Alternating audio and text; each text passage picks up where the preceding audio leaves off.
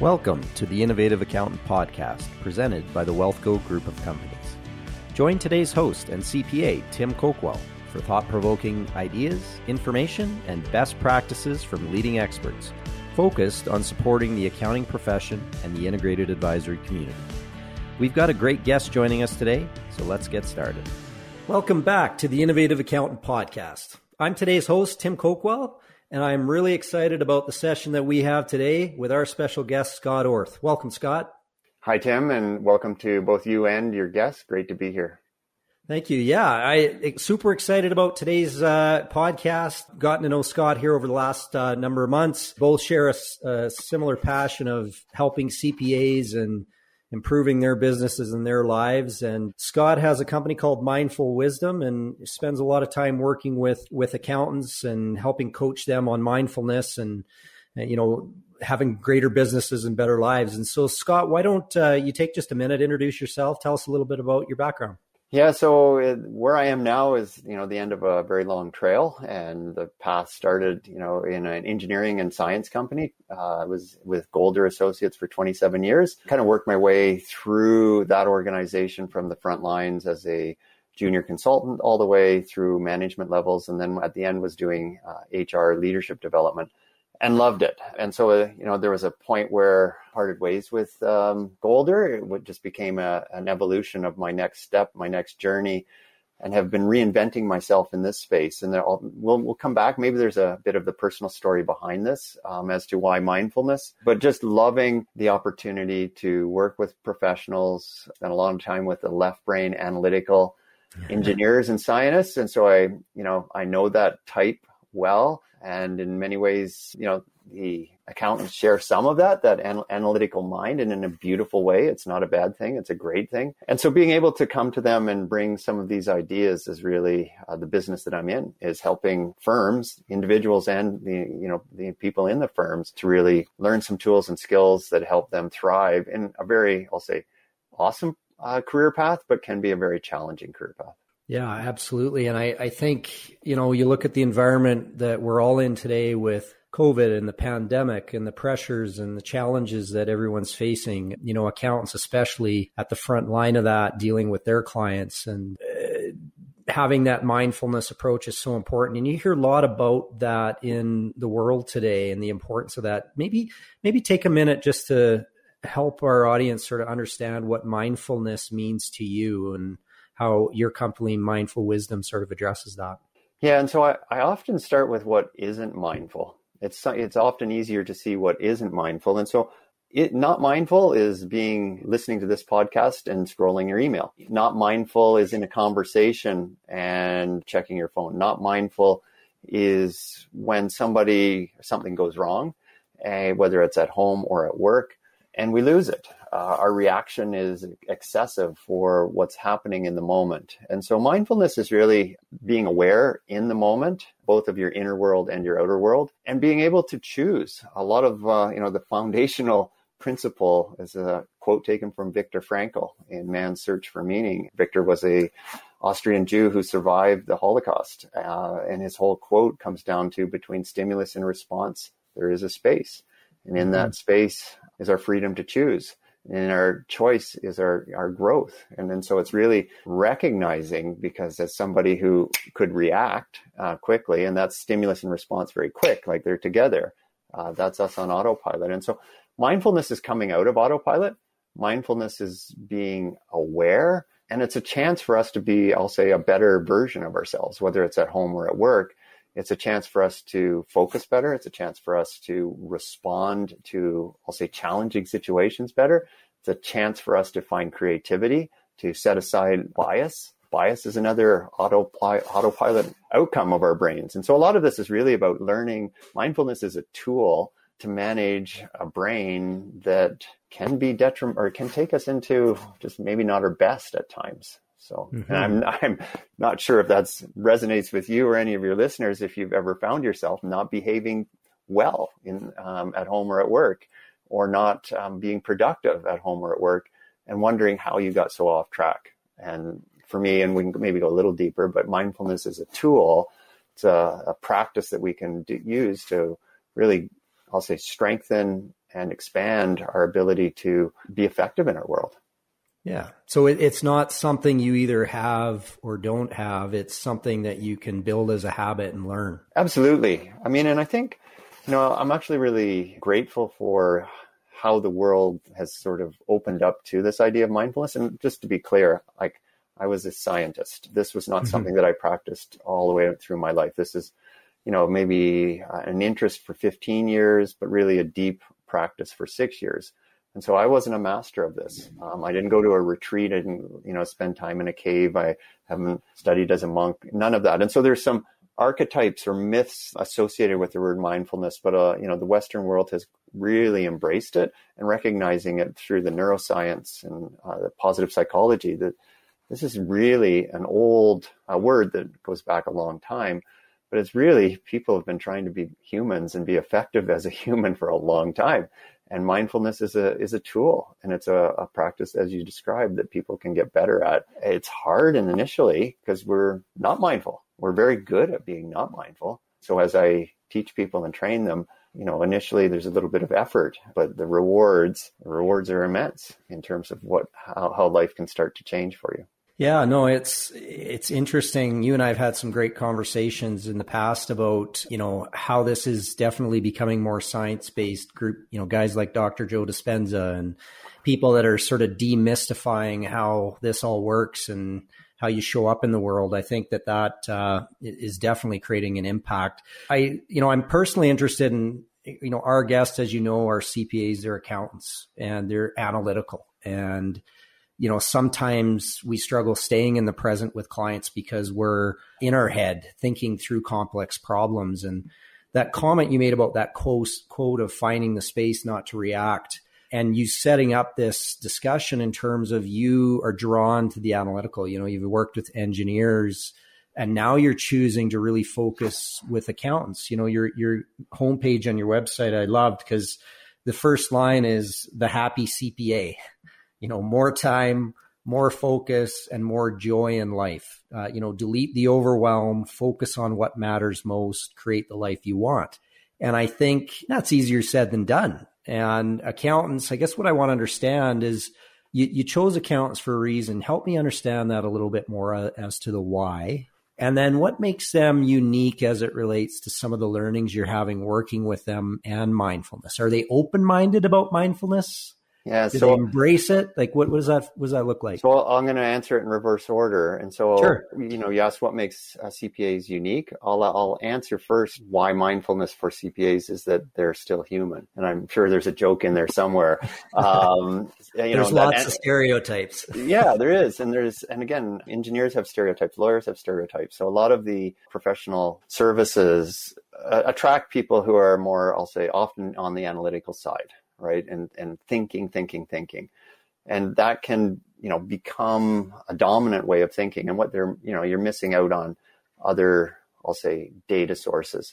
And so for the analytic, so let's come back. So CPAs are human and we're all blessed with 3 pounds of gray matter that is the outcome of millions of years of evolution. And the last 200,000 has been like us as Homo sapiens. And so this is, and I always bring people back to that what we're working with, we feel so smart and clever in the world today, and we've got smartphones and technology and AI and all of that, but we're still very human.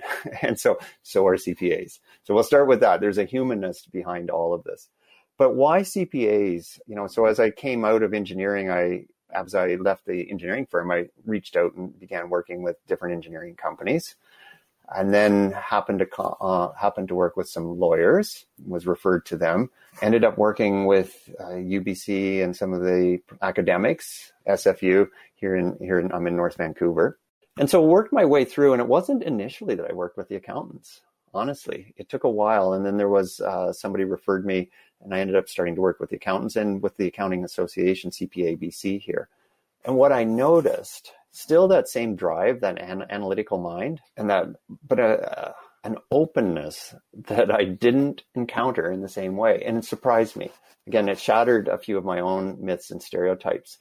And I've sort of scratched at the surface, and I wish, I'd love to hear your view on this. But as I scratched the surface, what I I think is different between the engineers and the scientists and the lawyers and even the academics is it's almost in the training of CPAs is this idea of being open, never like taking anything at face value, always asking what's behind that and looking, whether it's, in a business, looking behind what's there for the business, but looking beyond that. And also an openness to the practice. The practice continues to evolve. Like the death of accounting has been heralded many times in history. And the CPAs are a very, I'll say, and surprisingly, most people see it as a dogged profession. And I think, it's wrongly, again, those who I'll say were like me are ignorant of what the profession really represents. And there's a huge upside there for the profession to continue to brand itself or rebrand itself. But there's an agility and an openness to this. And so when you start talking about ways to train the brain, ways to perform better with clients, with staff, with creativity, focus, with all of that, and this trickles over into their home life as well, I just found the CPAs more open-minded, and more receptive to it. And like I say, I think it comes from the training. I think it comes from the professional associations. Like all the professions have a need for continued learning and professional development. But as I've gone into it, there just seems to be something, I'll say, on this call, we can say better, more progressive, more open with the CPAs. And so they're kind of leading the way in many ways. Yeah, hearing that kind of surprises me a little bit, but it also doesn't, because I sort of look at the training, as you say, and everything is built around honesty and the truth and bringing legitimacy to things and providing comfort over numbers and information. And I think that honesty does spill through in terms of how they approach their lives and being self-aware and being honest about even themselves. But the stereotype is not a lot of emotion, so the soft stuff, they might not want to get into. So you might assume that mindfulness is something that maybe is going to feel uncomfortable for accountants to sort of take a look at. And I'm really pleased to hear you say that as a profession, we're open-minded. That's awesome. Well, and I'll just add to that. So one of the engineers, I was doing leadership development at the end with senior engineers. So these are the 25, 30, 35-year folks who didn't get a lot of soft skills along the way. Could be seen as a rather crusty group, right? A bit cynical. So it was really interesting because on one hand, they really wanted this training. On the other hand, they really resisted this training. And so I cut my teeth with that group. And they forced me to get really good about, making it practical and defensible. And so with the mindfulness, the approach I take, and this just naturally meshes with my science mind, is neuroscience, right? Like there's a lot of science. This isn't made up. It's been around for a long time, but the science is really clear. And being able to present this in a way to that analytical mind in a very linear, logical, it's how my mind works. If I can see the stack, if I can see this connects to this connects to that makes sense to me. And then, so usually what I help people in the journey is, kind of connect the dots and then say, can you see the problem we have here? Yes, we all agree there's a problem. Wouldn't it be nice if there was a hack, a solution that we can use to help with that? And who knows, there it is. These are some of the practices and habits that help us solve that problem. So if you present it in a science way, I think that has been very helpful for the CPAs to just see themselves in it, that see through with that analytical mind, this makes sense. And I think, that would be something that most people take from the work I've done, is when they go through a session with me or coached by me, whatever that looks like, it's really clear to them, this makes sense. There's no doubt anymore as to why we're doing what we're doing. It's still a practice and they might need still some support on that side, but it's really clear. There's no doubt in their mind as to the possibilities and what they can do with this. Yeah, no, that actually, hearing you say that makes complete sense. You're kind of demystifying what this is some kind of fuzzy way of being. And you're turning it, you're making it more logical for accountants, because their minds are wired in a almost a linear path to solve problems. They learn how to do these things. They're also the toughest critics. And, like engineers, right? You got to really work hard to get them to buy into things. And you've got to, in a lot of cases, do it with logic. So the fact that mindfulness has become more scientific, and there's a lot more proof today that sort of shows that there's a direct correlation with these tools and how your life changes for the better. I can see how you're having success with accountants laying it out that way. Well, and then I'll go one more step. So the logic linear process side is one piece, but then I give them an experience. I mean, because you don't have to go very far. We don't have to. We can do a number of things even here. People aren't driving. Some of these are possible at listening to this, but you can really quickly experience. There's one I do on multitasking that really helps people really quickly see their brain inability to effectively multitask, and just even using a few breaths, which are totally available. People can feel. I don't think accountants have to multitask at all. Like you probably sat in one of their offices and seen all the files on their desk. There's a fair bit of that. Here, let's do it. It'll be fun for them to listen to you struggle with it. So I usually do this in pairs. It works fine on Zoom without, but for this case, you and I are the pair. So person A, person B. Because I'm directing all of this, you're going to be person A. You're going to be person B as well. I'm not going to go because I know the process. So very first task, and those who are listening, I'd love for you to pause, and you can do this on your own. Tim, I'm going to ask you to count to 22 in twos out loud to me. Where you go? 2, 4, where you go all the way up to 22. Okay, 2, 4, 6, 8, 10, 12, 14, 16, 18, 20, 22. There you are. You're a star, right? And so certainly when we come to counting, most people, and if I asked you how that went, speed was good, relatively easy. You can do this almost mindlessly, right? Awesome. Yep. So now I want you to spell the word responsible out loud to me. R-E, where you go? R-E-S-P-O-N-S-I-B-L-E. Yeah, and there's a little flicker of nervousness in Tim as can I spell this? Yeah, well, yeah. Am I going to be able to hit this? This is live. This is live. This is recording. Am I going to be able to show my listeners that I can record and get this? You nailed it. Very good. Speed was good. Accuracy was good. Awesome. So let's try it again. This time I want you to count in twos to 22, and I want you to spell the word responsible at the same time. It looks like this: 2R4E. Way you go out loud to your listeners. 2R, 4E, 6S, 8P, 10O, 12N, 14S, 16I, 18B, 20L, 22E. Perfect. How'd I do? Yeah, so you got there. You got there. A little wobble. It was tough. Yeah, and so just contrast that. And so how was your speed on that one? Slower. How was your accuracy? I don't know. You were pretty close. You held accuracy really well. You fluttered a little, but you recovered around O there. How about stress? If you had to do that all day? Yeah, it'd get worse, no doubt. Yeah, and so I use that as an exercise, and so you could feel that, right? So here, and then I go into a whole spiel on what we think we're multitasking. What we're doing is we're task switching, right? And so in that case, you loaded a program called Excel in your mind, and you pulled up a sequence of numbers, twos, and then you retrieved the first number from that two, and then you dropped that all out of RAM, and then you pulled up Word. And your brain pulled, and you can feel your brain doing this. You can feel responsible. And then you grab the R out of that and you drop that all out of RAM. And so you can feel your brain switching, and it's really moving back and forth between two very different brain processes. And it's laborious. We are not designed to do that. No. And yet we do it all the time. And in our work and in our lives, try and listen to somebody, which is language, while still calculating. And if you've ever had trouble figuring out the tip, while people are still talking to you at dinner, it's exactly the same, or at the table, right? Like you're trying to calculate the tip if it isn't there made for you. And so anyway, the whole point of all of this wasn't to stress you out. The whole point of all of this was to use an experience, because now that's real for you. Even you who know better, because everybody else knows better too, will still multitask. I'm here saying you are far more effective to count to 22 in twos. Done.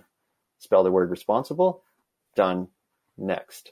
When we move back and forth between instant messages, mail, what we're doing is we're shattering our ability to really hold that focus and execute powerfully, efficiently, and joyfully. So there's a stress. And so when people get to the end of the day and they feel exhausted and they don't know what they did and they have trouble filling in their timesheet, they're billable. It's because they were scattered all day. They have no blocks where they were really able to focus. And so Again, that's a great being able to give you an experience.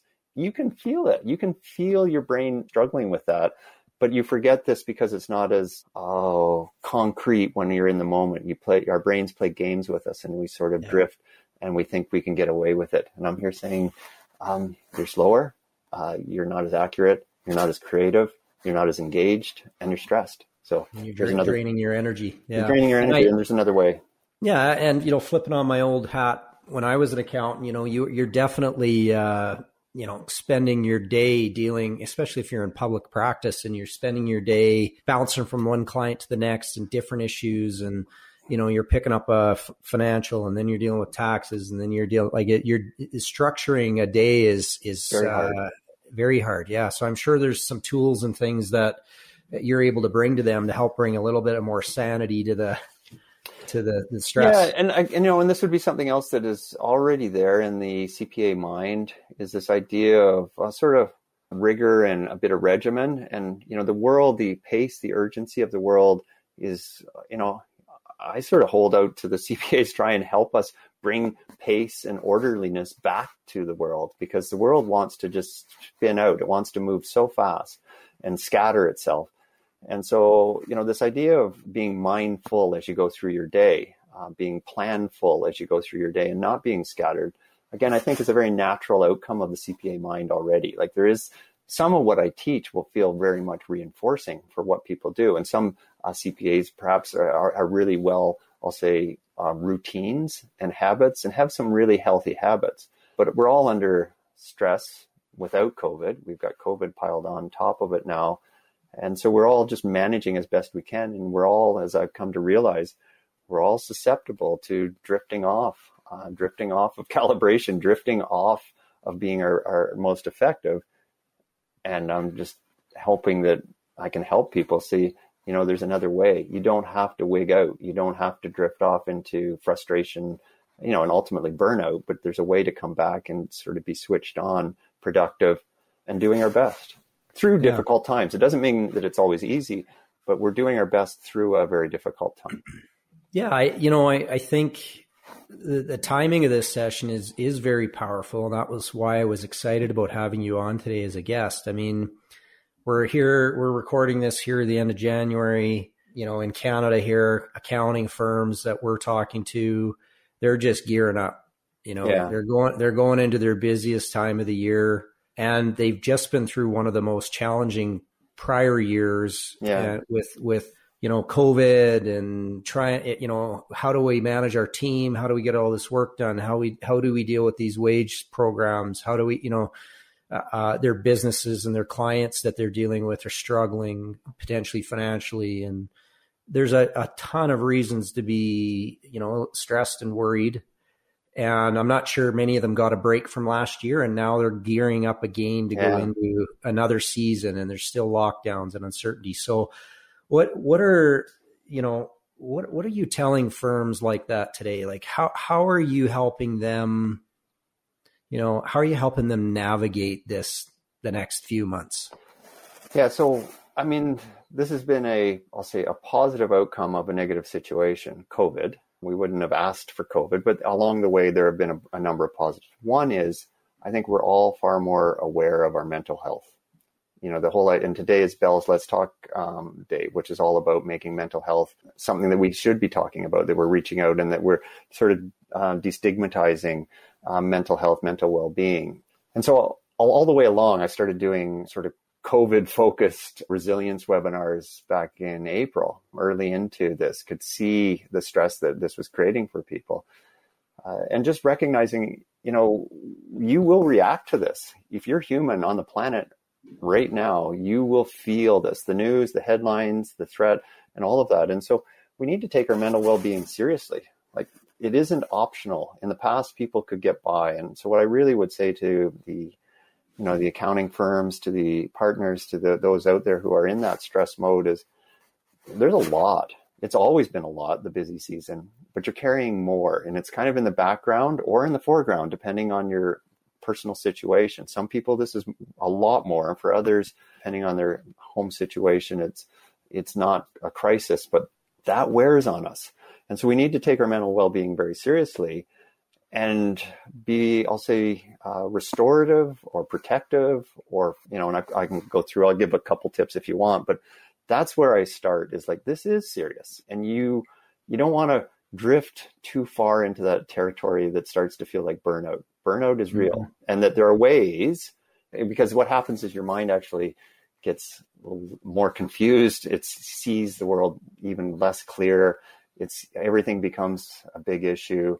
We can't find our way through the forest very clearly at all now. Once your brain moves into that, I'll say, overwhelm, that state of overwhelm, it's all just piled up too high and too deep, and it's all around you. And you're on your way to burnout at that point. And so we want to catch all of ourselves before we ever get that far.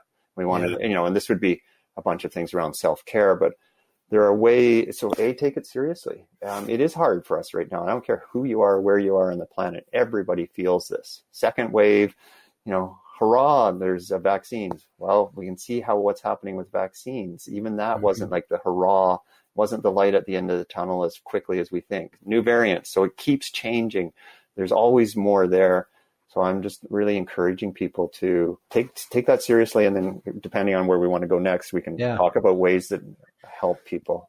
Yeah. It's, as a profession, I can think back in years when I was more into accounting than wealth management. There are years where you're putting in 300 to 700 hours overtime. Like it's a big commitment. And the challenge with that profession is it tends to be very focused in one time of the year. It's not like other professions that are just constantly working and, but pretty steady.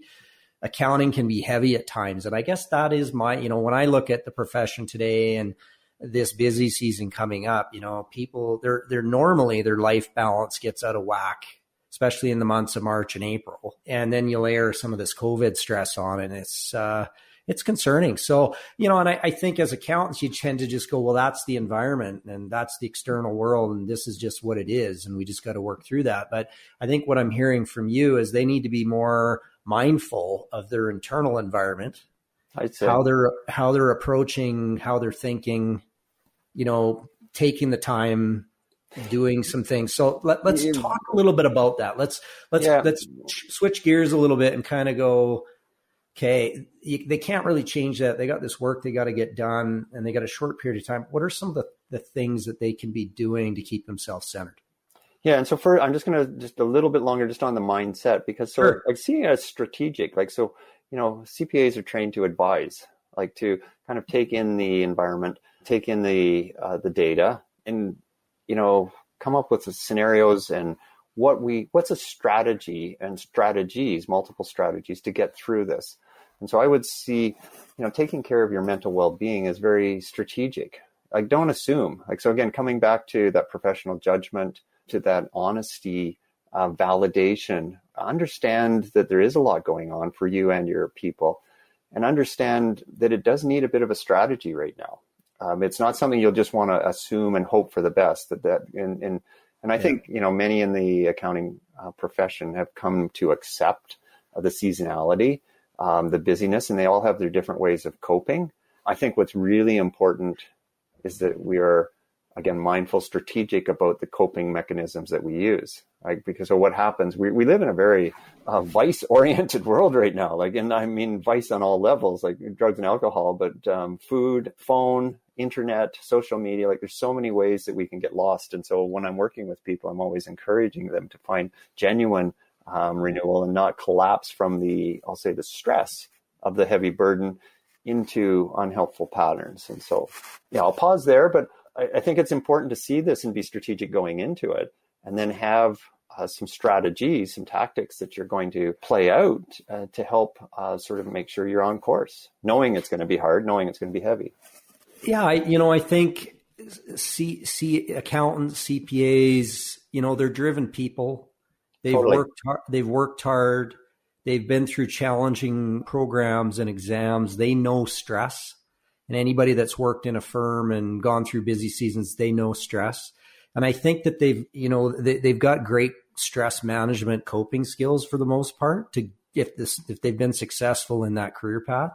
But I think that and I can reflect on my personal life, I think you take advantage of that. You sort of take for granted that I've got this. And and that's when things start to show up in your life. We are going to get back to the interview in just a moment. If you are listening to this episode of the podcast and wondering what you can do today to transform your CPA practice, I have a free resource I want to share with you. It's called the Integrated Advisory Video Series. This 8-part video series shares our learnings over the past 20 years of how successful accounting firms are increasing revenue by offering a more holistic service offering to their clients. You will walk away with a firm understanding of the immediate changes that are happening in the accounting industry and the impact that they will have on your firm in the future, how successful independent accounting firms are broadening their service offerings and offering a better client experience without increasing their billable hours, and how you can become your client's most valued advisor by being at the core of their wealth management team. To get access to this free 8-part video series, visit integratedadvisory.ca. That's integratedadvisory.ca to learn how you can grow your firm without burning out or increasing your billable hours. Visit integratedadvisory.ca and get free access to the video series today. Now back to our guest. Yeah, let's shift gears a little bit. Let's talk about some of the things that you're doing with firms. Some of the, if you're going to work with a firm, what does that sort of look like? How do you get in there? How do you start maybe working with partners, then ultimately maybe their team, and then helping them? I think the ultimate goal is to also help them help their clients with this. So maybe just walk through a little bit of that. Yeah. And so, during the current months, a lot of where I start is, I'll say, with the whole team, with the firm. And because we're not limited by travel, so it's all Zoom or some form of webinar online. And so that's a learning environment where we bring the team together in a very positive way and just experience or just face the challenges that we're having and build the skills there. It's surprising. Like, I was a face-to-face guy. That was all I've ever done pre-COVID. COVID has blessed me with the awareness that Zoom works. It's not perfect, but Zoom works. And so, a lot of where it can easily start, and I know, here's the irony, and a lot of the firms are so busy, they say we don't have time to train our people. That's true. But you also, you want to look at what are you giving them or how are you helping? Or again, are you just going on the assumptions? And so that's one way. The other is working individually. So I kind of see my role is to help the organization, the accountants throughout, be more effective. And that can come in a couple of different ways. One is bring the bottom up, is give skills to everybody. And that's usually through larger webinars and training. And the other is work with individuals and make them, I'll say, superstars.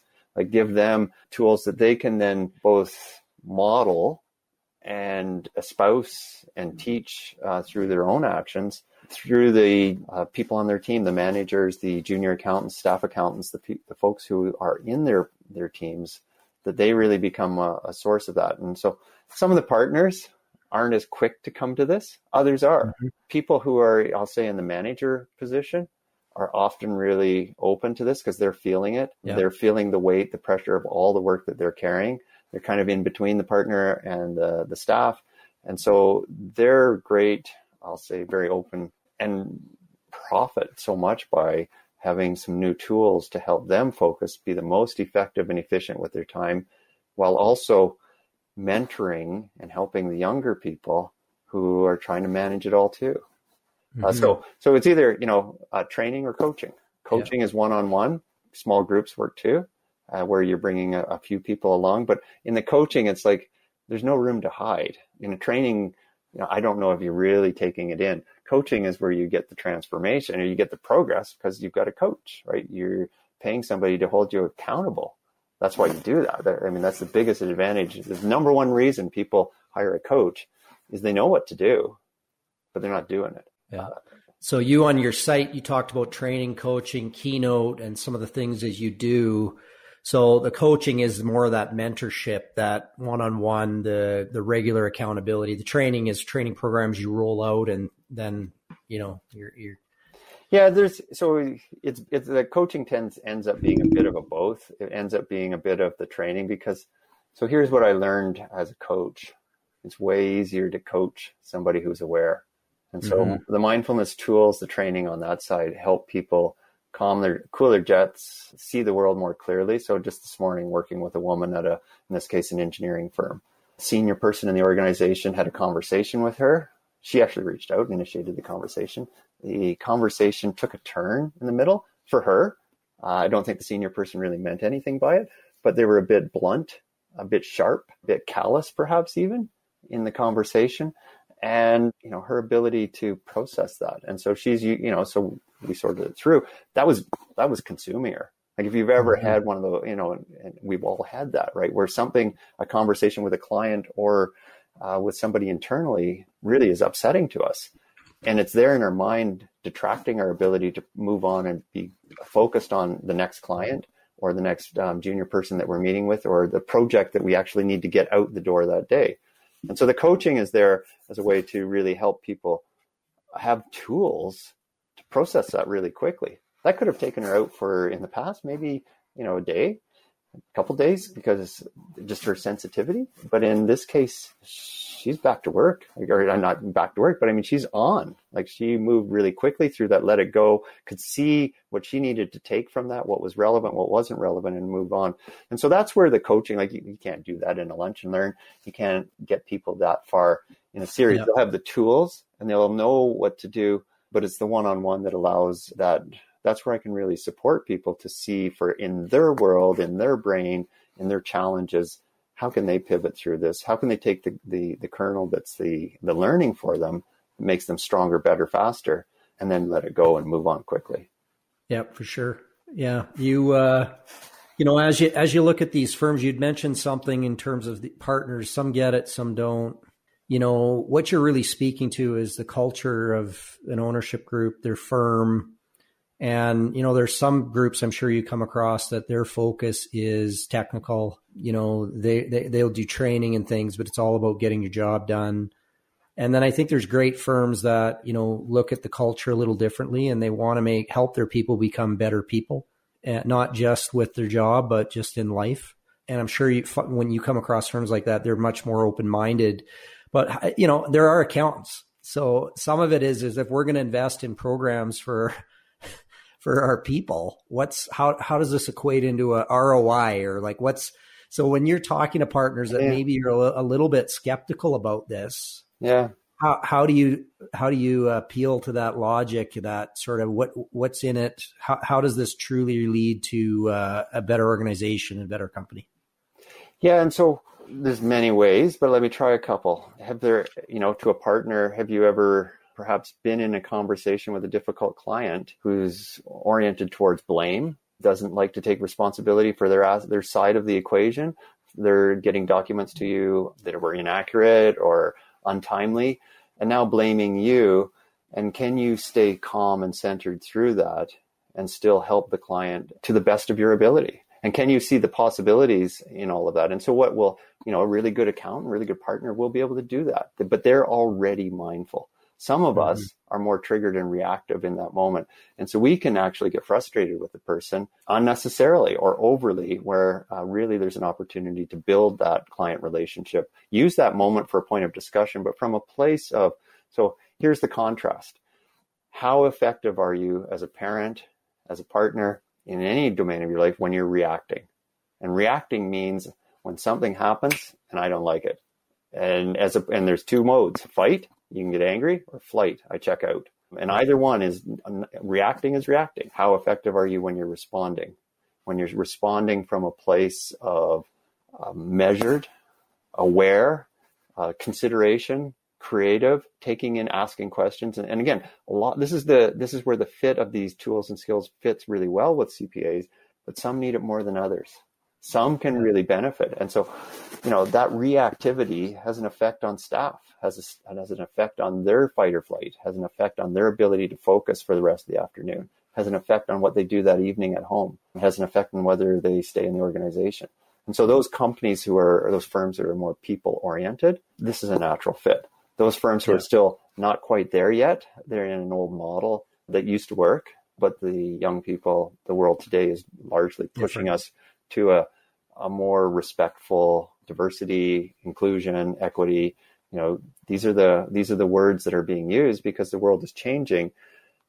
And all of that has an effect on the bottom line and the ability of people to produce work, the ability of you to retain and attract good talent, the ability of you to really connect with your client and hear the issue behind the issue. How many times have you gone to a client meeting knowing the client quite well and assuming pretty much how this meeting's going to go? It's all a matter of fact. If you're really mindful and aware, you might actually listen and notice their body language, that there's something else going on. There's a bigger issue that they're not telling you about. They weren't sure whether to bring it up or not, but you're present to that. You're not just moving through the meetings one after another. You're not going into each Zoom meeting without a break, even a breath, to give yourself some clarity about the next one, where it becomes, again, autopilot. Right. So a lot of these things that you're giving them are, as you say, it's going to benefit the company. They're going to see their employees, be more focused, be happier, be more productive. And at the same token, you're giving these people tools that they can take home and help in their lives just to be better, more balanced and happier people. That's really your ultimate goal of what you're trying to bring to firms. So tell me, I mean, you've been working with this, you've had a great career, had a lot of different experiences, in your own life, obviously you've embraced this. Talk about some of the things that you do and how you apply this in your own life. Yeah. So how about today? So is that real enough? Yeah, sounds great.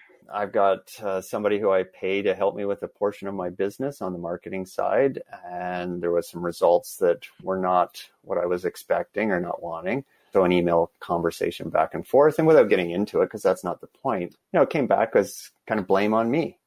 And so I have a trigger around that, that level of, sort of pushing it right back at me. And there may be some truth there. But what is really important is my ability to notice that and move on, to put it in the right bucket, to not let that really rile me up, to not fire off an email too quickly, to come into this call present and ready, or this podcast here. And then along the way, between that email, which was disturbing, and an errand I had to run and the doors were locked at the place that I needed to go to because I forgot they were all closed at lunch. So my, not checking, but staying calm, knocking, somebody came to the door, was able to, I didn't have to do the errand again later. My wife coming back in and wanting to talk to me 5 minutes before I'm supposed to be on with you. So my mind is screaming, excuse me, honey, I don't need this right now. We can talk about this later. But how do I navigate that in a respectful, loving, kind way so that I'm effective? And so I use it all the time as a parent.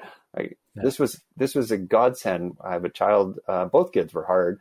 One was particularly hard, not his fault, right? Just a level of anxiety that when he was younger really played out difficult. And my best tool in my whole arsenal, because all I had, stimulus, and consequences, yelling and consequences. I had two tools in the toolbox as a parent. And that's what I learned. That's how I grew up. Neither of which worked in this environment. So I had to create new tools that made a difference so that I had a positive relationship in my household. So honestly, I was a mess. I was high functioning. I think that's where a lot of us are, like high functioning, but there's a bit of a mess behind the show. Yeah. It's, I appreciate you sharing all that personal side. It's, I think the people that are successful in what they're passionate about, they've got, some personal sides of it all and lots of learnings from that make them great at it, and why you're, in this business today. And I'm sure in your own life, embracing these things, learning more, educating, the work you did with, leading an HR department and managing people has taught you a lot. What's the most rewarding experience you've had with working with CPAs? Like, what keeps you going in this and keeps you driven about helping there? Yeah, so we just finished up a series with CPA BC, the staff at the association, and just seeing the feedback comments, how grateful they were, how appreciative they were to have been given time to talk about this stuff and tools to help them in a difficult time. And again, that's a very open-minded, caring, and supportive culture. And so just knowing that these people needed something and they weren't getting it, even though it's out there in other ways, they weren't finding it. So that's just very recent, but like particularly with the coaching, with the one-on-one, is to, hear the story. Like I always check in with how did it go? Like what's going on in your world? And to hear that success that I always would have done it this way. Old me would have done this. And you'll be so proud of me, Scott. I chose this. And then, and I'll ask them, what was the difference? And it's like everything was the difference between the team. And so, that's freedom. That's freedom from a rut that they weren't able to escape before. And they know the difference. The people around them can feel the difference. And I know the difference. And to just be part of that, to be an agent, to be, they had to do the hard work, but to be a coach, a trainer to help them clear that gap that they weren't able to do on their own. I live for that. Yeah, that's awesome. Helping them be intentional. And, I find that finding the space, like where we started, of how, when something triggers you, how do you find the space to remain calm? Practice. So what? Yeah. So there's got to be like a secret bullet or something we can take here to solve that problem. It's practice. It's work, right? But yeah, and I mean, and what I would teach somebody is to, very first thing, and for anybody on this call, listening in, is start by taking a breath. Like it all starts with like pausing and noticing, like, holy cow, I'm triggered. Like noticing when you're about to say something and noticing that and creating that, sort of expanding that space. And the breath is one of the best tools you have for expanding that space, because it forces you to slow down, to pay attention, to breathe in through your nose using your belly. And it's giving you space. The out breath is the important part. The out breath is cooling your jets for a moment to actually see, okay, what are my options? What are my choices? And it's that whole, I read a lot of Navy SEAL stuff, and, bridging Navy SEALs to CPAs may seem like a long way, but like the Navy SEALs are very disciplined, and it's very much using what's available to them. And it's all about that personal sort of discipline to find that space between stimulus and response and make the best choice you can with what you have available. Yeah. And each of us has that opportunity. Every time we're triggered, we have a choice, and using the breath, using the pause, and then a whole bunch of other, I'll say, mental reframing tools that allow you to come into that situation differently than you would have in the past. Yeah. Yeah. No, it's finding that space. I love that. And, the challenge is when it's busy season, they're not breathing anyways. It's hard to go. I don't have time to breathe, let alone, so it's anyways, the tools I think are invaluable, and spending time and helping people become self-aware, and that's very powerful. More and more professionals, accounting professionals are, like I say, connecting the dots. This isn't as crazy as out there as it used to be. So using the breath as a way to calm your whole nervous system so you can focus and think better, using your breath so you can relate better, using these tools. While it seems like when nobody has the time for them, increasingly people are making the time for it, because they realize the outcomes, the results they get are better. Yeah. What are you seeing with meditation today? Like how much of that is an important part of this, is setting that intention and the right mindset? Do you get into that with your work?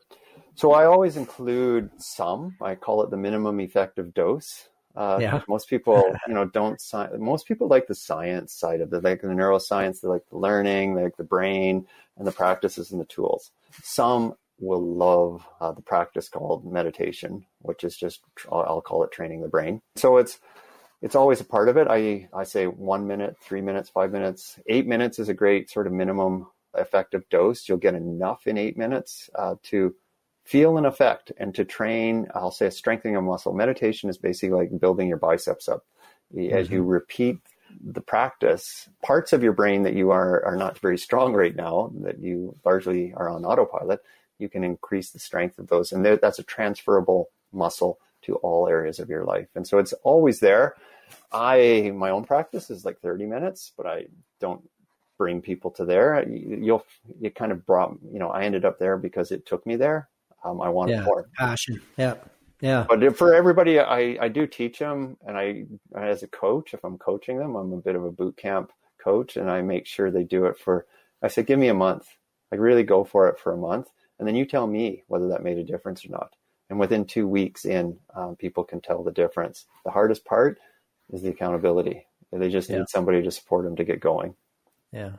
So you're helping them build, by the sounds of it, habits on how to deal with challenging situations, things where they might be triggered. So and obviously in the accounting side of business, that's happening all the time. So you're helping them with how to be thinking and mindful about those situations. But it also sounds like you do a fair bit of work on just helping them keep their energy levels up, structure their day, build in some better habits. So they're feeling happier and more centered. That's all part of your program? Very much. I mean, you need energy to sort of bring it every day. And so in all aspects of our life. And so I'm very passionate about that myself.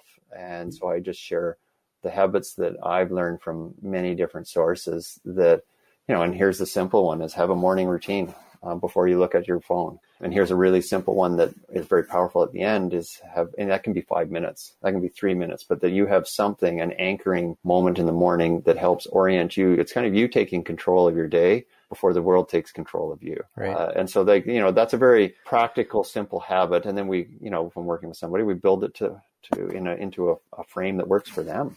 But that becomes not optional, right? That's not optional for me. Even if I have to do it all in a minute, I still head out into my world after I leave my bed. Mm-hmm. There is no way the world is going to yank me from the get-go. I am taking sort of charge of my sort of orientation and my intention for the day first, and using some practices to help do that. And then, moving through the day as best I can. And there's habits to layer in there. Like it's all habits. It's like you create the habits so that you're not thinking about it, but they're forcing you to come back to that level of awareness and intentionality. Right on. Yeah, I love that morning ritual piece. Books like Miracle Morning and other great books out there. What would you encourage? What kind of resources would you encourage accountants and people to go and find? Obviously you're a great resource in terms of what you do, but if people want to learn more about this whole area, what are some of the things that you could tell them they should look for? Yeah. So, there's so much out there right now. So I follow a very limited number of people on purpose. And so I would follow somebody who, talk to your friends. Like, some people get some nice stuff on Instagram. It's just like a quip. The social media stuff is very dangerous. So I'm never big on sending people to social media to get their sources. There's lots of authors that I've got some books listed on my website. For resources. Great. So there's authors there. I would say for the CPA, it needs to be short and sweet. So here's one that comes to mind: Ryan Holiday, The Daily Stoic. So, and it tends to be sort of look for the shorter, punchier pieces that are just reminders, because the CPAs I don't think they want time to read a long spiel, but it's important to this is what I've learned working with my own brain, family, my clients. We need to keep coming back to this. It is so easy to go back to our default settings. It is so easy to forget the good habits, the principles that we know make us better. And so, even 2 minutes a day, reading something, having something that's easy for you to access, but it's inspiring and helps you stay true to, and I'm guessing many people listening to this already have this but I'm just saying that's how it works with that. It would be nice. It would be nice if humans, it was take the pill once and you're good to go. It's not how it works. We have to come back to it. It's part of the journey. And I think more and more I just embrace it. I just accept it. Yeah. No, that's great information, and obviously encourage people to check out your site at mindfulwisdom.ca. Correct. .ca. Yeah. Yeah. And so follow me on LinkedIn. You can find me on LinkedIn, connect there. That's great. You can check out the website. I blog. I have a newsletter on the website. You can sign up for the newsletter. And so I try and keep the email portion really tight. And then they often go to sort of 4-minute reads. Yeah. And if, what's the easiest way if an accounting firm listens to this today and is excited about maybe engaging you, how do they go about, what's the best way they can go about doing that? Yeah. So reach out directly, scott@mindfulwisdom.ca. That's my email address. That'll come straight to me. Go to the website. There's a scheduling tool in the top right. So you can click there. That goes to a calendar and you can book an appointment that way. Connect on LinkedIn. But yeah, I'd love to. I'm here. I know how, this is partly what fuels me to support CPAs. I know how hard they work. And like I say, I think they're often underrated, undervalued in terms of what they bring to the organizations that they're a part of, whether it's the public practice firms or whether it's in-house in a firm. And so just recognizing that and wanting to help them, knowing how hard the job can be, but how important it is, and knowing I have tools and a way to help them connect the dots and that is able to support them. Yeah. Well, I'm going to wrap up here today, Scott. Firstly, I just want to thank you so much for your time, your wisdom. I love what you're doing, and obviously being an accountant and working with a lot of accountants, I appreciate you helping them and making the world a more mindful, balanced place. So keep up the fight, and I'll look forward to maybe getting out to BC and Vancouver and having a visit with you some point in the future. Yeah. Well, once COVID is clear in some form or another, it would be great to have you out here, meet you, and catch up over more of this. So but thanks for the opportunity. Thanks for the opportunity to be part of your podcast, to connect with your listeners, and look forward to more. Thanks again, Scott. And thank you all for joining us today on another edition of the Innovative Accountant Podcast. Thank you for listening to this episode of the Innovative Accountant Podcast. We hope that you enjoyed the show and maybe even learned something. If you're interested in transforming your client experience to create sustainable firm growth, get in touch with us by visiting integratedadvisory.ca to set up your free call with one of our integrated advisory experts. Visit integratedadvisory.ca to schedule your free call today, and we will see you next time right here on the Innovative Accountant Podcast.